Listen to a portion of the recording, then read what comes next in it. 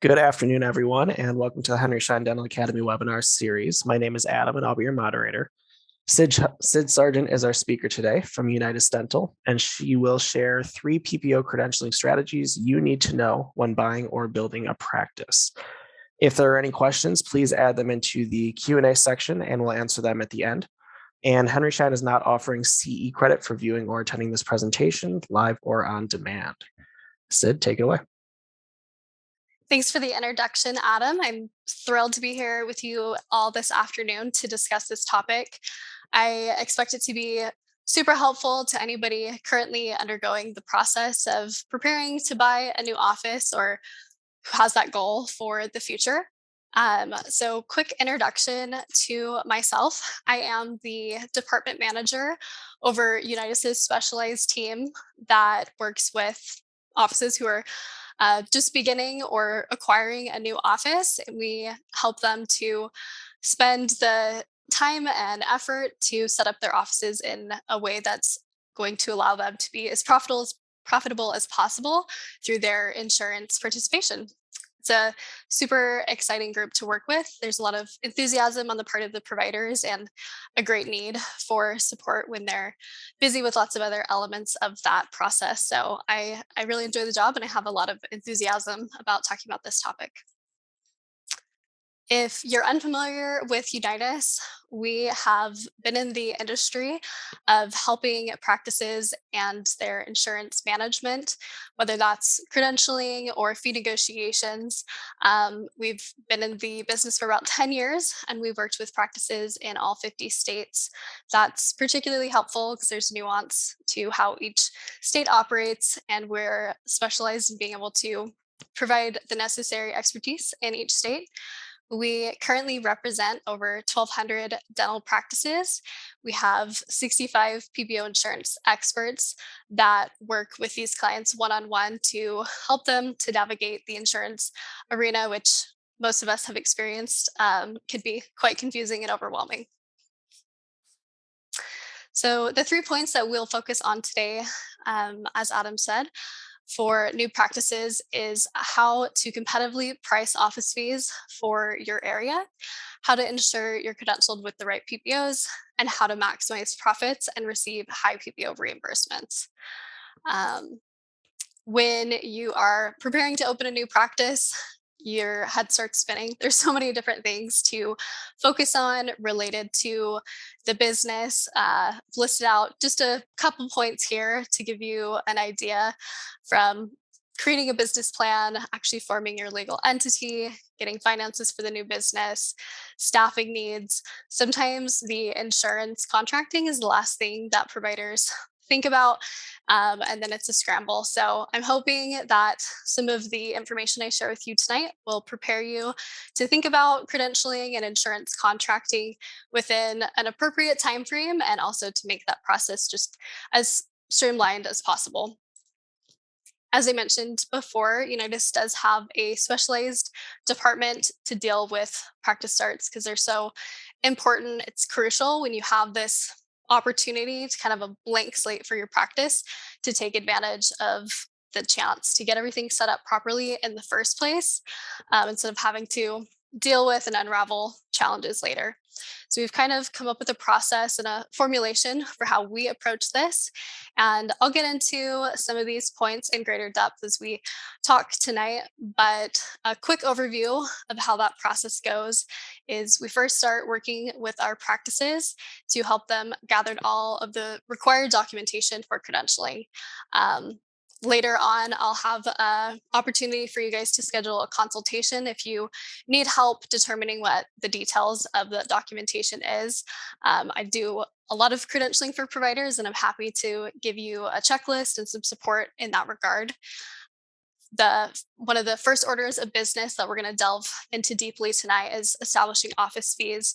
It needs to happen early on, and actually is quite consequential to working with the insurance companies, conducting market research, collecting and negotiating fee schedules, developing that strategic credentialing plan so that you can, again, maximize your revenue through the insurance reimbursements. We help complete credentialing. and then verifying that the insurance companies are following the reimbursements that we've put into place as a ideal plan for your practice. Competitively pricing your office fees is one of the first orders of business, whether you're opening an office on your own or working with a consulting group like Unitas to get started. Um, there's many reasons for this. And so I hope to be able to kind of highlight that tonight. So, we're going to discuss the impact of billing competitive office fees, how to figure out what other practices in your area are charging for their dentistry, and how you should charge at your practice. So, first and foremost, understanding the impact and importance of billing competitive office fees is a great place to start. When I speak with potential clients, a question that I get pretty often is how are the insurance companies even pulling these fee schedules out? Where are they getting these numbers from? And that's actually based on the office fee charges that dental practices are submitting on their claims. So the fee schedules that the insurance companies come up with are based on what you're charging for your procedures. And because of that, the fees that you're charging, the fees that your neighboring practices are charging, all of that is averaged out, and you all have an impact on the industry as a whole. So, charging competitive office fees is a way to send the signal to the insurance companies of what your cost of doing business truly is. And if all practices were setting competitive office fees and updating those yearly, making sure that they're keeping up with the increased cost of doing business, especially that we've seen in the last few years, is costs of construction and really just anything has risen, then that would make an impact on the insurance industry over time. So we have the mentality of rising tides raise all ships. So setting a competitive office fees is super crucial. Your office fees are also the starting point for all discounts. The insurance companies, their goal is never to bill you or to reimburse you what you're billing. They want to show the patients that they're providing a discount because they are using their benefits. So you are kind of playing a smoke and mirrors game with them of setting the bar extra high, understanding that they're going to discount whatever you're charging them anyways. Figuring out what other practices in your area are charging can be very helpful as you decide what is competitive for your market and what you're going to charge. Depending on the area that you're working, whether that's rural or a big city with a high cost of living, is going to impact what you should be charging. And Henry Schein and Unitas both are able to provide analysis tools that are percentile based, telling you what other providers are submitting on their claims as their office fees. And then we recommend typically setting your office fees between the 60th and 80th percentile of that data. And again, it's just a matter of setting that bar high, understanding that it's going to be discounted by the insurance carriers. When you are setting your office fees and you've gotten a fee analysis and some data about your area. There's 9,000 CDT codes that you could spend, I'm sure, days sitting down to finalize a fee for. We recommend focusing your efforts on just the procedure codes that you are going to focus your practice on. And we actually recommend establishing what those focus codes are going to be for your practice and entering them into a spreadsheet. And that's going to come in handy later when we talk about the insurance fee schedule amounts, but it's going to help a lot to be able to see a list of your top 20 to 35 procedure codes, what you've decided to charge for those codes, and then be able to put in following columns what the insurance companies are offering to reimburse. Simple math to be able to figure out what your adjustment would be and what average percentage of reimbursement you'll be receiving. And then you can kind of score what the insurance companies are offering you in terms of reimbursement. We also recommend considering what technology, equipment, materials you're going to use. All of that's going to be contributing to your cost of doing business. And we need to make sure that whatever you're charging and whatever the insurance companies are offering to reimburse allows you to be profitable, especially in your early years of operating your business. We recommend, once you've seen the insurance fee schedules, making sure that your office fee charge is at least 20 to 30% above what the highest PPO rates are for your top procedure codes, because the insurance companies are going to want to be discounting you at least 20 to 30%. If you are charging $90 for a procedure and the insurance company's fee is $100, you'll never be able to collect the full $100 from the insurance company. They're only going to pay you what you're charging. And over time, they may even choose to adjust your fee to be lower so they can show the patients that they're receiving a discount. So your office fees are very impactful, not only to the market as a whole, but also to your office and what you'll be offered as your first fee schedule when you're enrolling, as well as in future opportunities to negotiate those rates in years to come. Setting your office fees early is important. That's why it's one of the first orders of business that we take care of with our clients, because we want to, again, do that comparison of what the insurance companies are offering you, but also because during the credentialing process, some of the insurance companies will require to see your fees, even to offer you an initial proposal. They'll want to see your fees if you're asking to negotiate their proposed fees, and they may require those during the credentialing process. So we want to have those established ASAP. The second point of discussion that I have with doctors all the time is which insurance companies are good, which ones are right in my area. And we have a few different ways to approach that discussion. I think the first thing to start with is just remembering and recognizing the purpose of insurance participation, then understanding how we can conduct some market research to determine what PPOs are important in your particular area, and then also using your competition as a starting point too. So, starting with the purpose of insurance participation, I think it's helpful to kind of put yourself in the patient's shoes. If they've got insurance benefits, there are advantages to them going to an in network provider. They're going to be able to save money, maximize their benefits. And as a new office, you don't have the great luxury of being a long-standing provider with a lot of patient loyalty to attract patients and have a long-standing reputation in a new area. So insurance participation can be a tool to limit the barriers to getting new patients into your practice.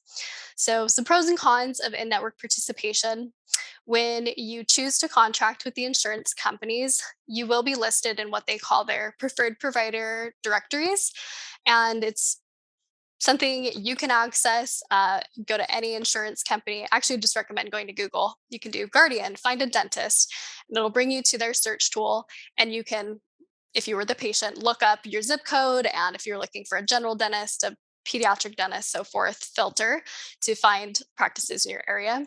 And if you're looking for a particular doctor, people wanted to know if Dr. Sid Sargent was in network, they could search my name, and verifying that I was in network may be the golden ticket to them deciding to schedule if they were already interested in my practice. So it can be a tool to make patient acquisition easier on you as a new business. Can also help with patient retention. Something some providers aren't aware of that is really important to understand is that if you're an out of network provider and you treat a patient, you use their out of network benefits, that's great, that's possible. And they can still receive some coverage from their insurance carrier and some discounts. But the insurance companies often do contact those patients and let them know, hey, you did get seen by an out of network provider. Your benefits weren't maximized. They'll explain kind of how their benefits work. And sometimes they'll even directly refer to them to other in network practices so that those patients can maximize their benefits. So if the patient's number one priority is cost saving, that may be something that limits the retention of that patient. And of course, if the patient is receiving a discount, there's the option for increased treatment plan acceptance because it's going to be more affordable. Cons to in-network participation: if you are contracting with an insurance company, you are accepting a fee schedule, which is a discounted amount that you're agreeing to collect for your billed services. And the difference between what you build and that discounted rate is not something you can collect from the patient when you're in network. It's an adjustment and money that you won't see. So it's definitely a downside, and of course we've all have our pain points and gripes about that, but that's obviously a downside, and that discounted rate is determined by the insurance company. Once you have accepted an initial fee schedule as a new practice, those fees are locked into place for a minimum of 24 months usually. So that's something to certainly be aware of, and again, not not the highlight of working with the insurance companies. So, as we're considering which insurance companies are worthwhile to partner with, again, it helps to think again about the patients. So, figuring out where there's a lot of potential patients with certain insurance companies, those are the companies that we're going to want to target for you, or you're going to want to target for your practice. So, we conduct market research and encourage providers to do the same. And what we're looking for is the largest employer groups in the area surrounding your practice. This can be easily determined. You can look up your local chamber of commerce or contact them to request a list of the largest employer groups. And then you're going to want to contact their human resources department and figure out which insurance company their dental benefits are administered through. So once we figure out that, that tells us there's a potential large amount of patients in your area with that particular insurance company. So those are ones that would be worthwhile considering to contract with. Um, and some of the clients that I've worked with have even utilized this information for direct marketing efforts to those large employers, letting them know we're a new dental practice in your area. We specifically figured out who your benefits were through and wanted to enroll with those to make sure we could service our community, and think that some people have found success in that. So it's kind of a benefit in two regards. This is just a little example of the report that we put together for clients. We've got the companies and where they're located, human resources phone number, and who their dental benefits are administered through. So you could create something similar as you're researching your local area as well. And kind of the same idea is looking at the competitor practices in your area. This would be specific to your specialty type, but we can again use Google resources to figure out the nearest competitor practices. And then you can visit their practice websites for information about which insurance companies that they participate with. And that's going to tell you what companies you may want to match. Because if you're the only provider in your town of quite a few dentists that's out of network with Guardian, and everybody else is in network with Guardian, and there's a lot of patients, it'll be difficult to be a great competition for those particular patient bases if you are out of network and you're still working on growing your patient base and your reputation in that area. Um, the insurance company directories that I mentioned before, you could also search for those practices in the directories to see information about whether or not they are participating if a practice's website isn't providing you much information. Something that you could use based on your findings is figuring out if there's any major insurance companies that these offices are not contracted with. And if that's the case, then you can certainly fill the gap by choosing to contract with the insurance company and hopefully tap into an underutilized patient base there. So I've got a list of the major insurance companies on this slide in case that's a question going through anybody's mind of, okay, how am I going to figure out the holes if I don't know what these are?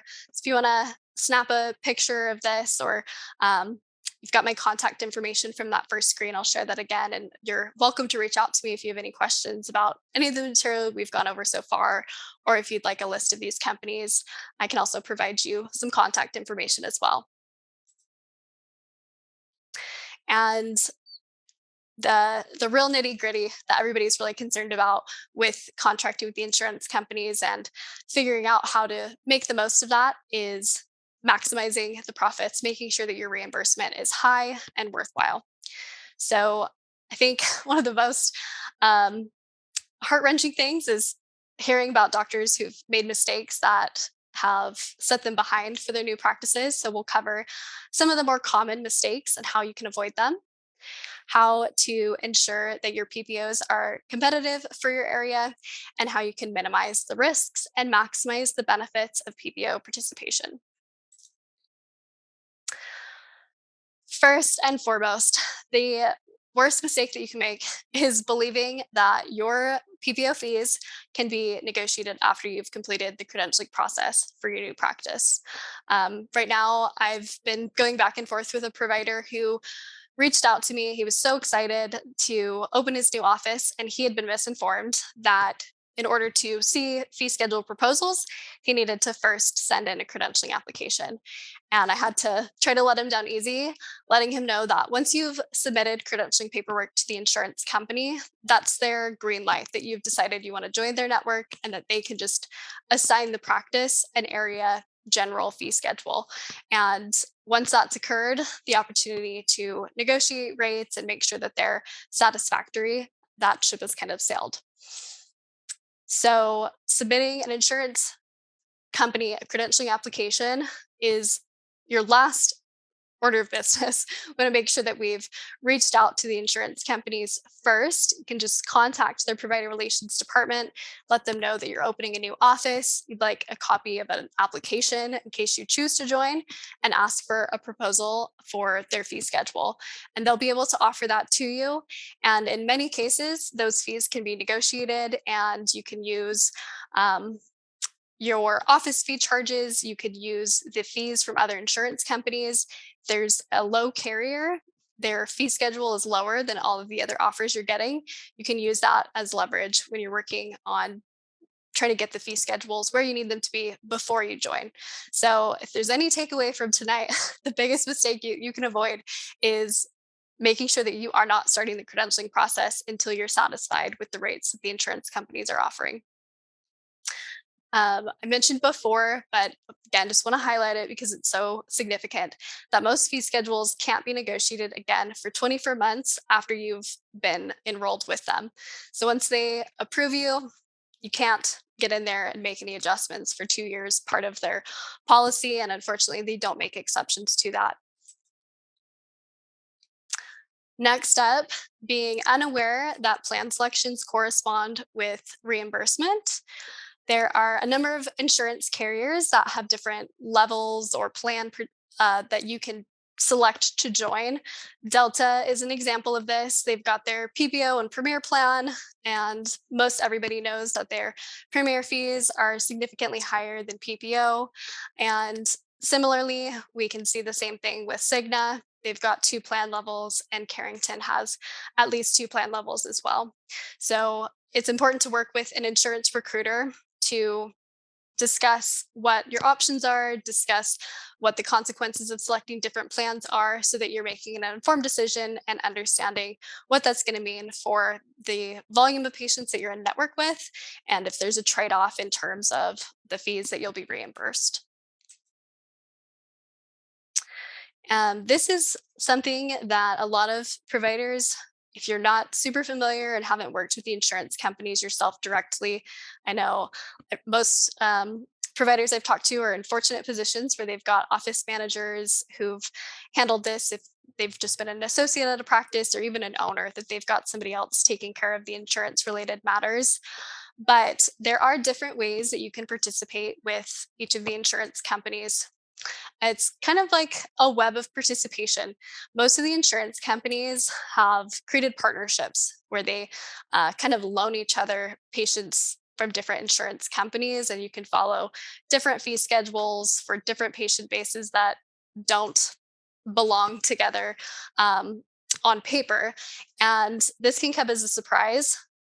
This is sometimes something that works to the detriment of offices if they're not aware that this is going to happen. It can be very confusing and create a lot of headache, but it's something that can also be used strategically to your advantage. And it's something that we do for all of our clients is coach them on the relationships and what they can do with those to make sure that they're not leaving money on the table and that they can bypass low paying fee schedules. So um, most obvious, you can contract with each insurance company directly. If you want to be an in-network provider with Guardian, you can call their provider relations department, ask them for their application and fee schedule. And if you decide you want to proceed, fill it out, return it.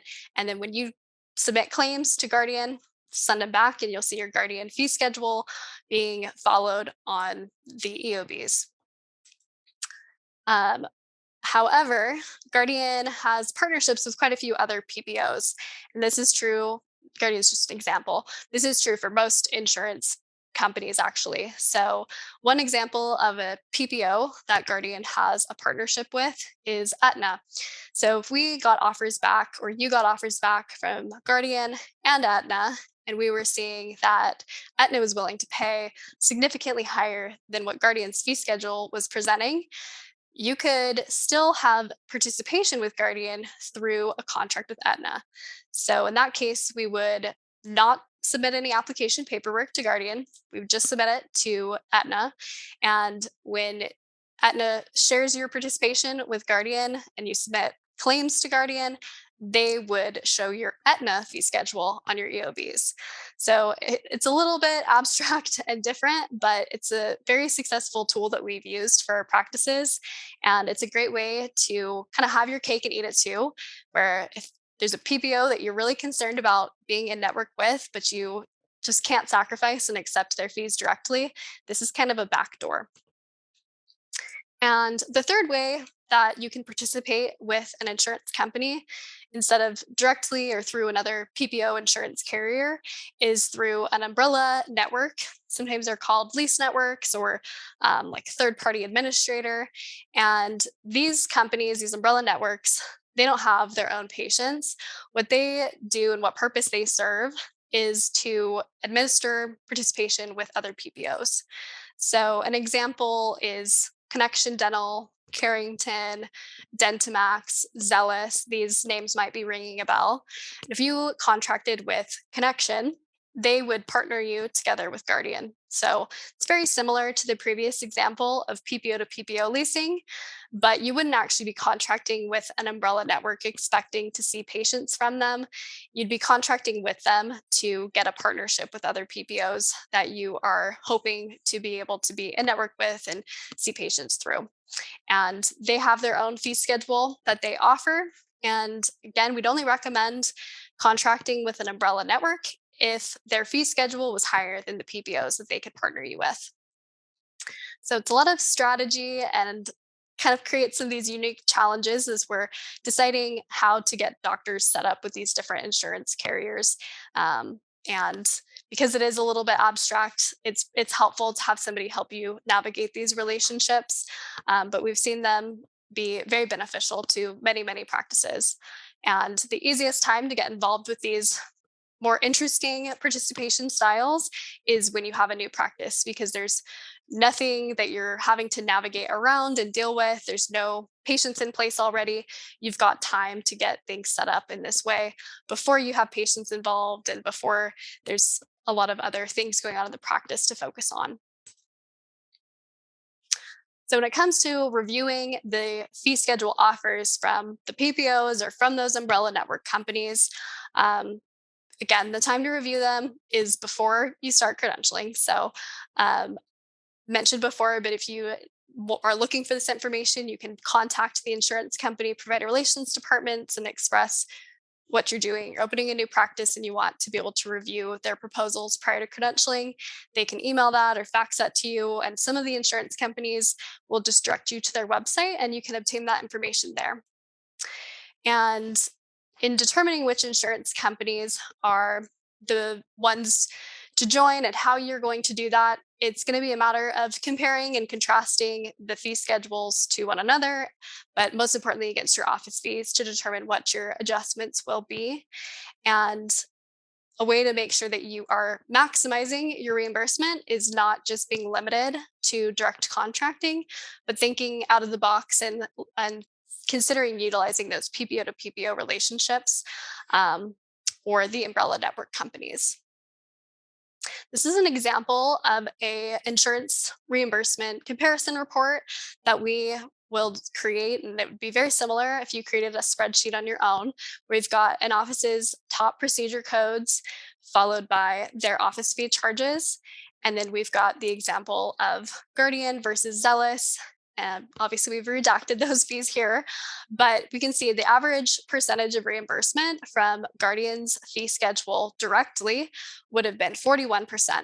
But we were able to strategize for this particular client to utilize an umbrella network company, Zealous, to see average reimbursement percentages of 63%. So that's a really significant difference there, and a lot of money that'd be left on the table if they had just chosen to go with Guardian directly.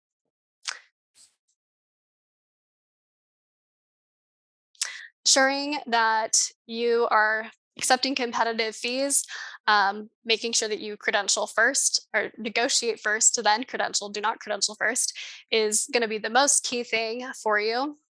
And then also, having the advantage of having data from other practices is something that Unitas has because we've worked with thousands of offices. We're able to look at the offers you're getting from different insurance companies and compare it to neighboring practices. Fee sharing among providers is something that's discouraged by the insurance companies. So it wouldn't be information that you'd have readily available, but we can use that as leverage when we're negotiating for our clients. And it's the bread and butter, our biggest objective for our relationships with our offices is to make sure that we are utilizing all of the available resources, including dedicated recruiters that our company works with, as well as high level insurance contracts or contacts. So that's something that comes into play to make sure that you really are getting the most competitive fees for your market. To make sure that you're maximizing the risks and minimizing the benefits, my greatest recommendation is to make sure that although there's 1,000 things for you to focus your efforts on as you prepare to open your new business, think about the PPO participation sooner than later. Negotiating with the insurance companies, I would say count on that taking at least 4 to 6 weeks, and then count on the credentialing process taking at least 3 months. So if you can align the stars, so you can start thinking about your insurance participation strategy 4 to 6 months before you plan to open your doors and treat your first patient, that is ideal. We certainly understand that not every practice is going to have that much time before they open their doors, but that would put you in the best scenario possible if you can account for that much time so that you are able to be set up, credentialed, in network, and ready to treat patients by the time that you are scheduling your first patients. Of course, we've kind of hammered this in, but evaluating each insurance company's fee schedule before credentialing is major. Evaluating the different participation options and coming up with a strategy, not just going the most obvious route. And something that I see a lot of providers thinking is going to happen, contracting with insurance companies, is thinking that's going to be the key to flooding your practice with new patients. And while it's helpful to combine with your marketing, it's not effective marketing on its own. When you're in those provider directories, you're among dozens and dozens of other dentists who are also in network within a reasonable area of a patient looking for treatment. So don't rely on insurance participation as your marketing. Your office fees that you've competitively set following our recommendations, make sure that those are being submitted on your claims so the insurance companies are receiving that data. It's going to be helpful when you are negotiating 2 years from now, but it's also just a best practice to make sure that the market as a whole is being impacted by you following those best practices. So you'll never want to be submitting your PPO fee schedule fee on your claims. Always submit your office UCR. Our strategy that a lot of clients will take us up on is, as a new office, you're wanting to really open up the opportunities to as many patients as possible. So figuring out how you can cast a wide net and be a network with as many insurance companies as possible with realistic, fair reimbursement is a great strategy to maximize new patient potential and maximize your practice growth during your first year or so. And keeping data about where your patients are coming from in terms of the insurance carrier from the beginning is going to help you evaluate which insurance contracts are the most important to maintain. After about a year of practicing, hopefully your schedule's filling up and you can start to reevaluate which contracts you have and potentially go out of network with some. And that'll help you to maximize the initial benefits, but not necessarily have to wear those training wheels forever. And of course, hiring the experts.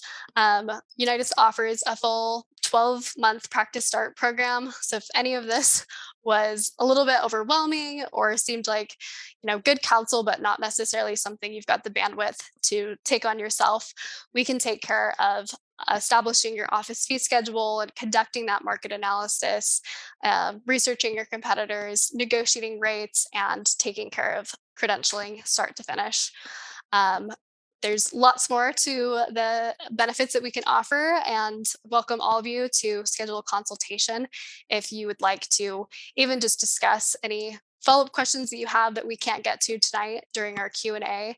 We have so much expertise to offer, and it's really a passion to make sure that providers are getting the insurance education that they need to start their practices on the best foot forward. So definitely don't hesitate to reach out. Again, my email is sid@unitasdental.com, SYD. And you can also schedule a consultation by following the website unitashsd.com. So I think that next we will go ahead and open up our Q&A session. Adam, is that right? Yes, it is. We've Awesome. got plenty of time for questions. So if anyone has them, drop them in the chat or Q&A. I see we have a couple so far. What if you're already a participating provider from another workplace and you are opening your own now? That is a great question. So the three factors that are going to determine the fee schedule that any practice follows is the business tax ID, the practice address, and the provider who's credentialed. So your fee schedule, whether you love it or hate it at your current place of employment, it's not going to follow you to a new practice. So you really do get a blank slate at your new office, and you want to use that opportunity to get the fee schedule proposal and see if it stacks up or is better or worse than the fee schedule at your current place of employment, and then take the opportunity to negotiate that and also evaluate those different participation styles to see what we can do to get the maximum reimbursement. Right. So if they are in fact adding if they are adding a new location, there could be a chance for negotiation. Yep. Yep. There's 100% a chance for negotiation. The original fee schedule from the other office is not going to follow them to this new practice. It's going to be entirely new, fresh, blank slate. All right. Next question, I believe, is how many dental networks do we have? So there's probably 15 to 20 major PPO insurance companies. And then I would say there's 4 major umbrella network companies. So Carrington, Connection, Dentamax, and Zealous are all 4 major national umbrella network companies. There's some others that are state specific, so there are some additional ones. So if you are wanting very particular information about your own state, definitely reach out to me and I'm happy to go into more detail. But hopefully that answers your question. What if I'm out of network with Aetna and they use principal fee for their reimbursement rate? So that's an example of PPO-to-PPO leasing. So Aetna and Principal are both PPO insurance companies that have a partnership together. So whether you're contracted with one or the other, they can kind of trade participation, vice versa. So I don't recall if was it Aetna being paid by Principal? They're out of network with Aetna, but they Out use of network with principal Aetna. fee. Yeah, so then that would indicate you've got a contract directly with Principal. And because Principal has a partnership with Aetna, they're putting you in network. Even though you're out of network, they're putting you as a participating provider, is what they would technically call it. So that's why your claims are being paid by Principal. You can actually put blocks into place if that's something that you aren't appreciating happening and you'd rather be 100% out of network. You can contact Principal and ask them to opt you out of the Aetna to Principal relationship so that you can no longer see that happening on your claims. Can we start work at a new office while still negotiating and credentialing? Yes, absolutely. So if you don't have that lovely cushion of 4 to 6 months before your doors open, you can absolutely open your doors before all of the credentialing and negotiating is completed.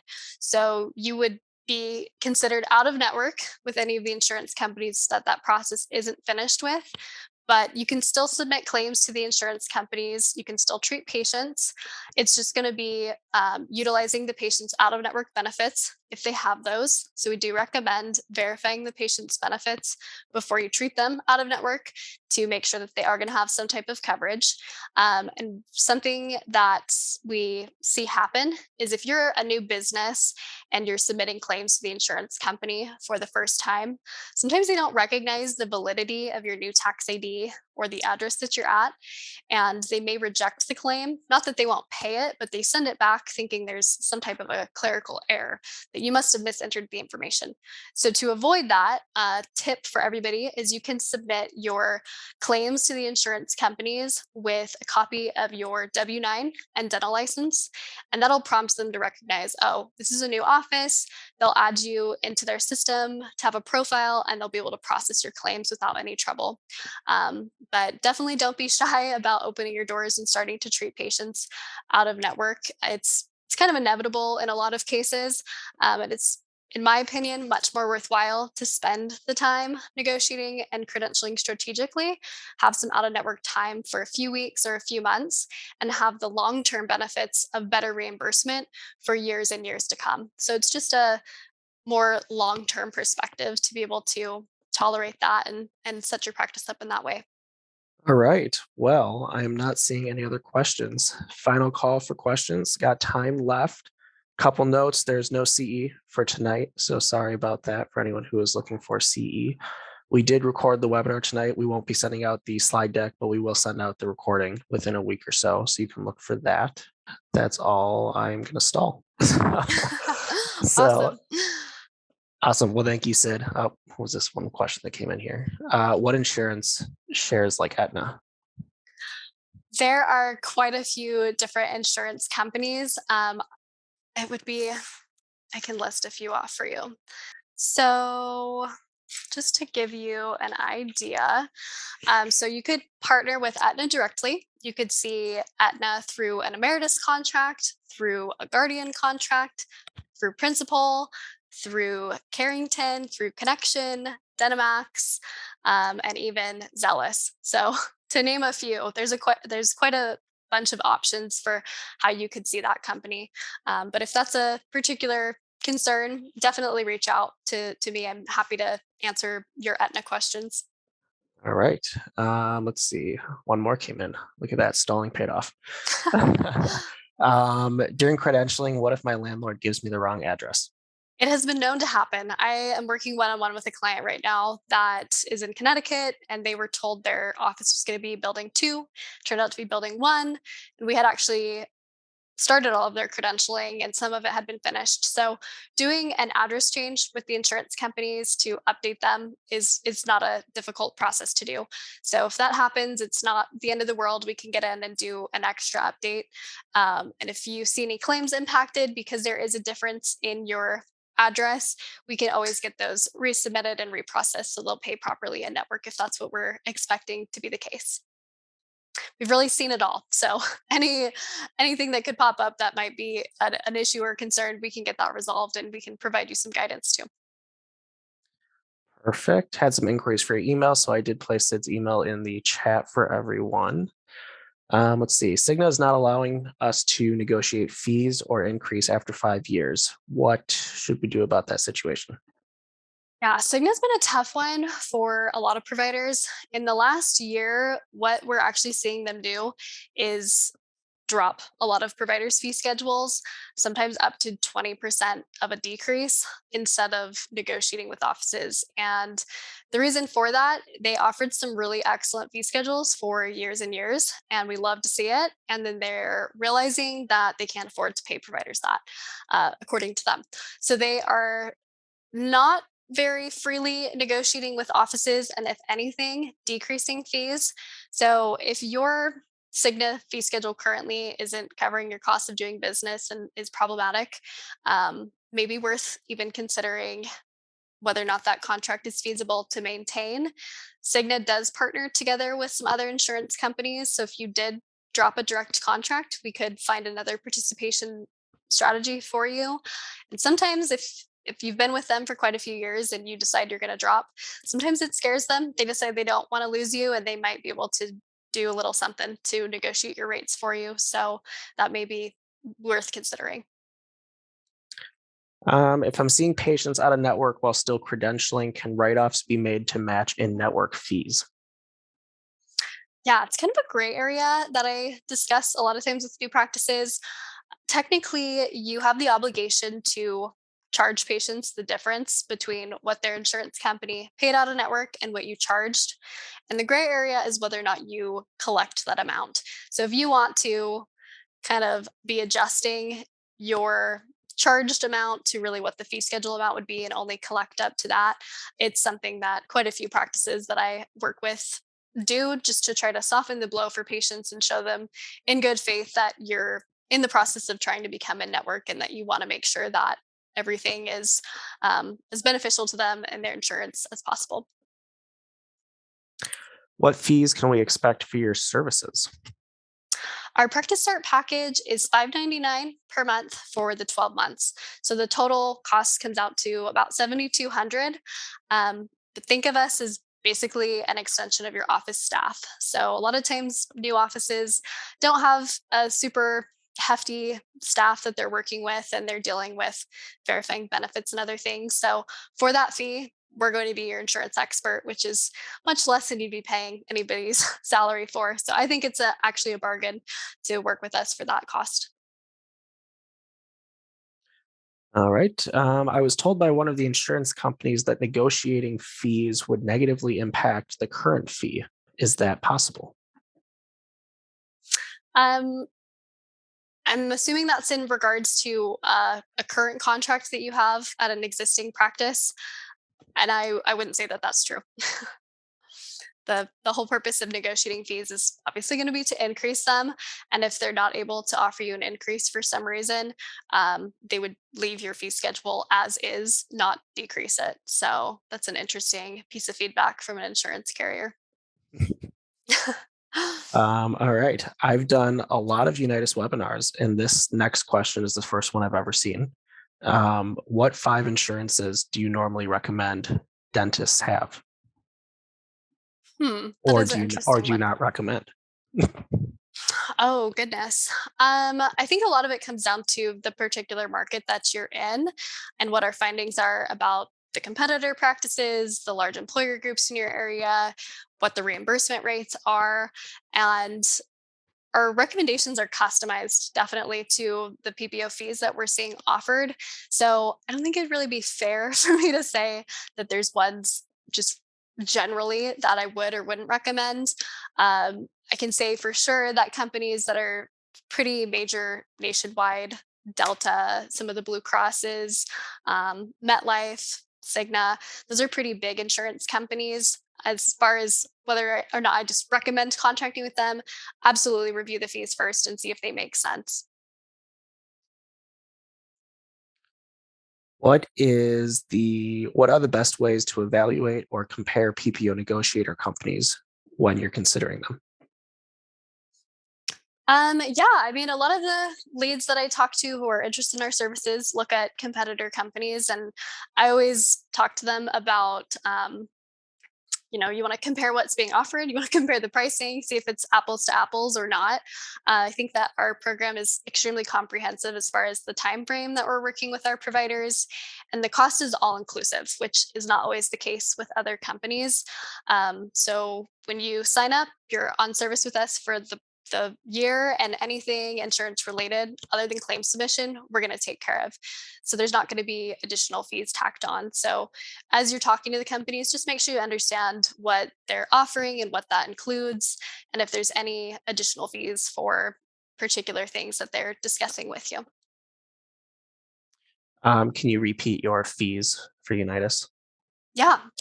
So it's 12-month program, 599 a month. We do it in monthly installment payments just to make it easier.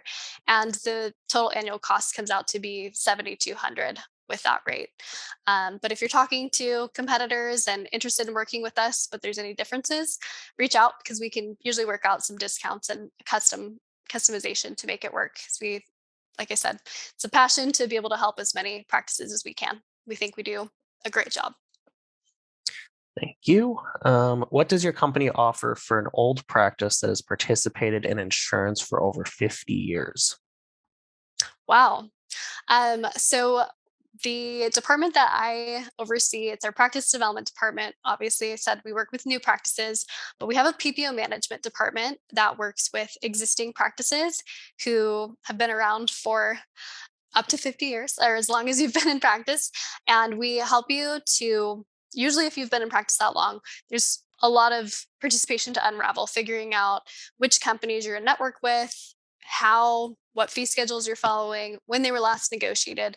And then we're kind of reverse engineering the process I talked about, where instead of reviewing fee schedule proposals and figuring out the best way to credential, we're looking at how you're currently participating, what fees you currently follow, and figuring out what we can do to negotiate or change how you participate to maximize your revenue.